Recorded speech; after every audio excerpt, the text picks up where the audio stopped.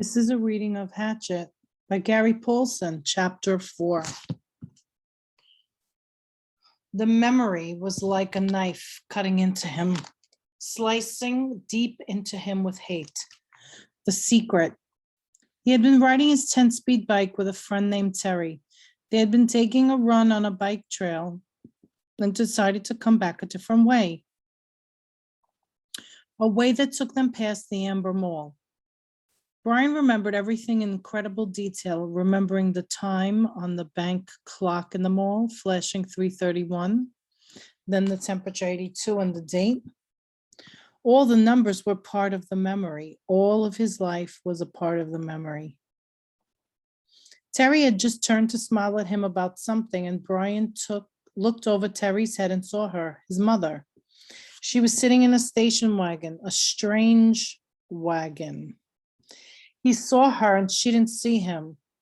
Brian was going to wave or call out, but something stopped him. There was a man in the car. Short blonde hair the man had, wearing some kind of white pullover tennis shirt. Brian saw this and more, saw the secret and saw more later, but the memory came in pieces, came in scenes like this. Terry smiling, Brian looking over his head to see the station wagon and his mother sitting with the man. The time and the temperature clock, the front wheel of the bike, the short blonde hair of the man, the white shirt of the man, the hot hate slices of the memory were exact. The secret.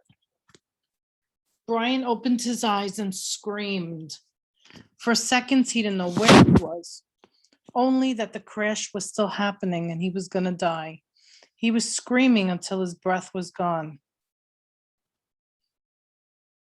Then silence filled with sobs as he pulled in air, half crying. How could it be so quiet? Moments ago, there was nothing but noise, crashing and tearing and screaming, now quiet. Some birds were singing. How could birds be singing? His legs felt wet. He raised up on his hands and looked back down at them. They were in the lake. Strange. They went down into the water. He tried to move, but a pain hammered into him and made his breath shorten into gasp, and he stopped. His legs still in the water. Pain, memory. He turned again and the sun came across the water. Late sun cutting into his eyes and made him turn away. It was over then, the crash. He was alive. The crash is over and I'm alive, he thought. Then his eyes closed and he lowered his head for a minute that seemed longer.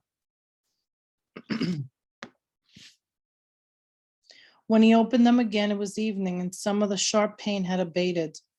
There were many dull aches and the crash came back to him fully.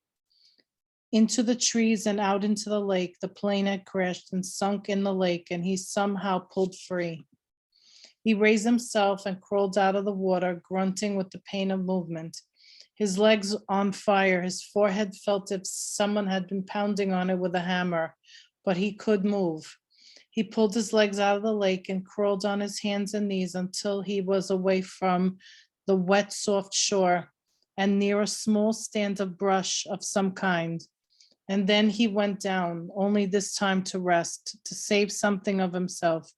He lay on his side and put his head on his arm and closed his eyes, because that was all he could do now, all he could think of being able to do.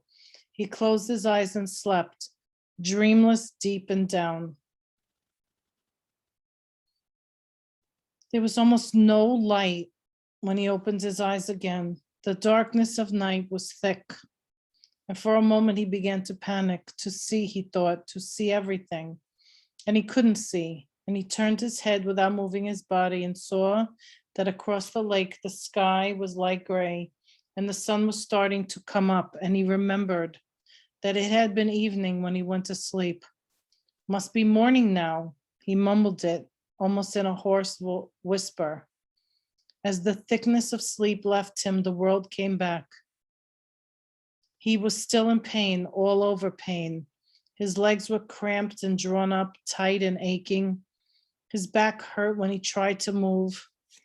Worse was a keening throb in his head that pulsed with every beat of his heart.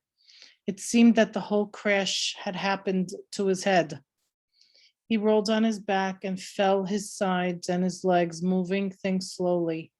He rubbed his arms. Nothing seemed to be shattered or even sprained all that badly. When he was 9, he had plowed his small dirt bike into a parked car and broke his ankle. He had to wear a cast for 8 weeks. And there was nothing now like that, nothing broken, just battered around a bit. His forehead felt massively swollen to the touch, almost like a mound out over his eyes. And it was so tender. His forehead felt massively swollen to the touch, almost like a mound out over his eyes. It was so tender that when his fingers grazed, it nearly cried, but there was nothing he could do about it. And like the rest of him, it seemed to be bruised more than broken. I'm alive, he thought, I'm alive. It could have been different. There could have been death. I could have been done. Like the pilot, he thought suddenly, the pilot in the plane down into the water, down into the blue water, strapped in the seat. He sat up or tried to. The first time he fell back, but on the second attempt, grunting with the effort, he managed to come to a sitting position and scrunched sideways until his back was against a small tree where he sat facing the lake, watching the sky get lighter and lighter with the coming dawn. His clothes were wet and clammy, and there was a faint chill.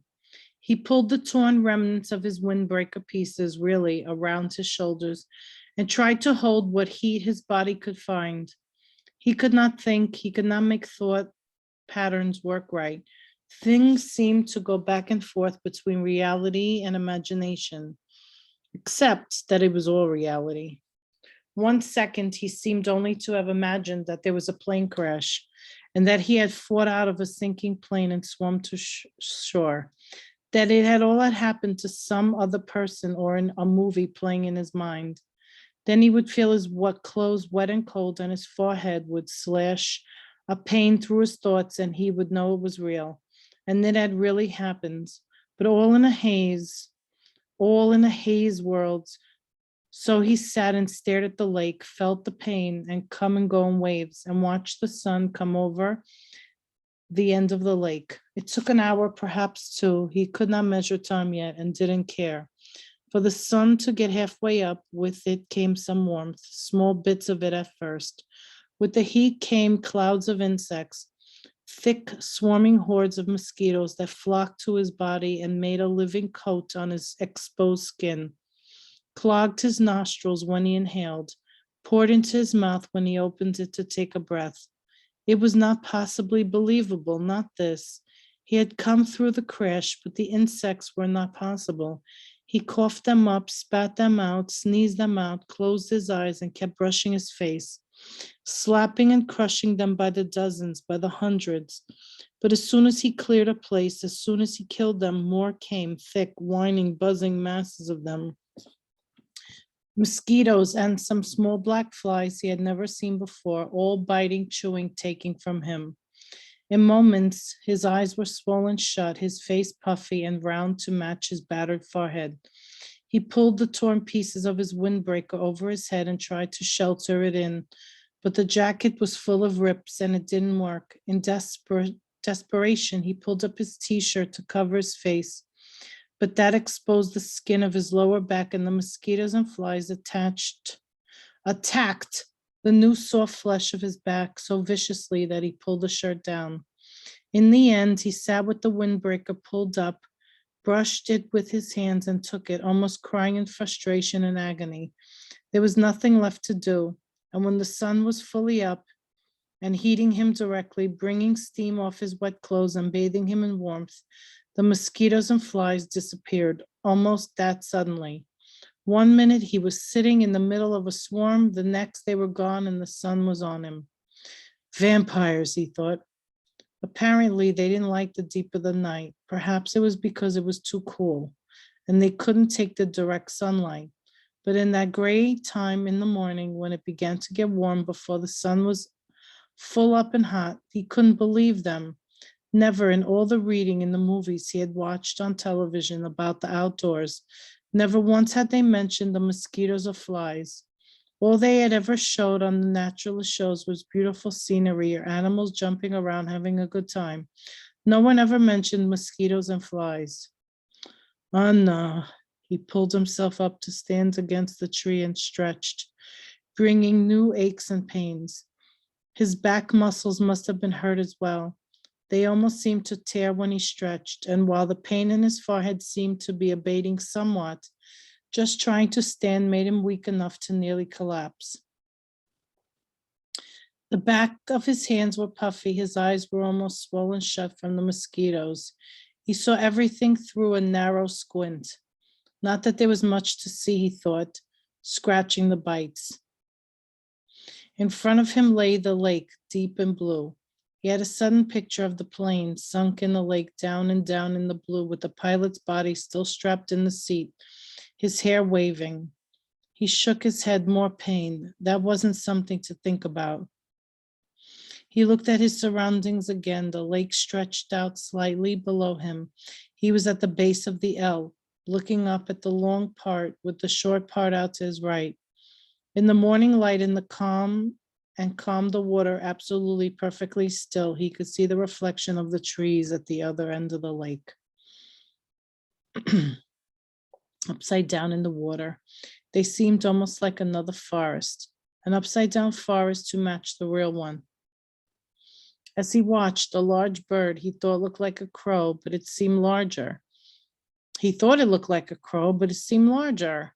Flew from the top, real forest, and the reflection bird matched it, both flying out over the water.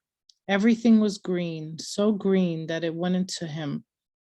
The forest was largely made up of pines and spruce, with stands of some low brush smeared here and there, and thick grass and some other kinds of very small brush all over. He couldn't identify most of it except the evergreens and some leafy trees he thought might be aspen. He had seen pictures of aspens in the mountains on television. The country around the lake was moderately hilly, but the hills were small, almost hummocks, and there were very few rocks except to his left. There lay a rocky ridge that stuck out overlooking the lake about 20 feet high. If the plane had come down a little to the left, he would hit the rocks and never made the lake. He would have been smashed, destroyed. The word came, I would have been destroyed and torn and smashed, driven into the rocks and destroyed.